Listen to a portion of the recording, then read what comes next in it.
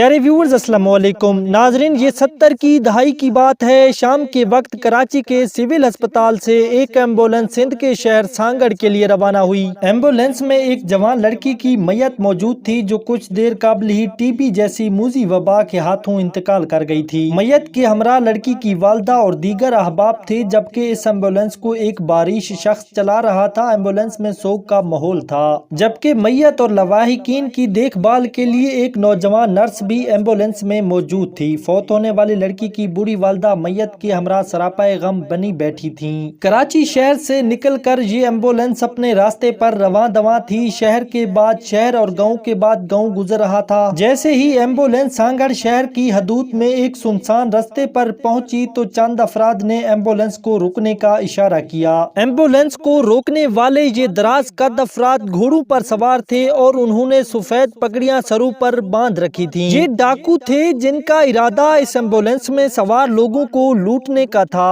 ڈاکوؤں کے ساتھ کچھ دیر ہونے والی بات چیت کے بعد ہلاک ہونے والی لڑکی کی ضعیف والدہ ایمبولینس سے اتری اور انہوں نے سندھی زبان میں ڈاکوؤں کو بتایا کہ ان کی جوان لڑکی ٹی بی کے باعث وفات پا گئی ہے اور گاڑی میں اس کی میت ہے۔ خاتون نے ڈاکوؤں کو یہ بھی بتایا کہ اس ایمبولینس کو چلانے والا کوئی اور نہیں بلکہ عبدالستار ایدھی ہیں۔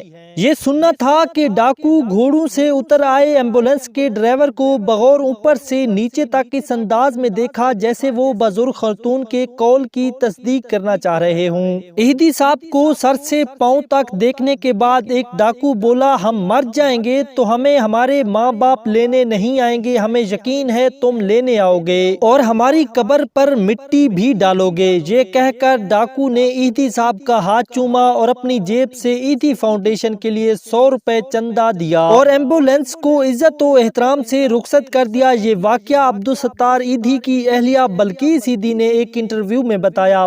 وہ اس واقعے کی چشمدید گواہ ہیں کیونکہ اس ایمبولینس میں موجود نرس کوئی اور نہیں بلکہ خود بلقیس ایدھی تھیں۔ بلقیس ایدھی بتاتی ہیں کہ یہ وہ وقت تھا جب فلاحی کاموں کے حوالے سے عبدالستار ایدھی کی خدمات کا چرچا شہروں، دیہاتوں اور یہاں تک کہ جنگلوں میں موجود ڈاکوؤں تک پھیل چکا تھا اور لوگ نہ صرف انہیں ان کے نام سے جانتے تھے بلکہ ان کی تعظیم بھی کرتے تھے۔ ناظرین، ہماری اس ویڈیو کے بارے میں ایک کمنٹ ضرور دیجیے گا۔ ہاں، اگر آپ نے ابھی تک ہمارے چینل کو سبسکرائب نہیں کیا تو اس طرح کی مزید ہسٹوریکل ویڈیوز دیکھنے کے لیے ہمارے چینل کو سبسکرائب کریں۔ اپنا بہت سارا خیال رکھیے۔ اللہ نگہبان۔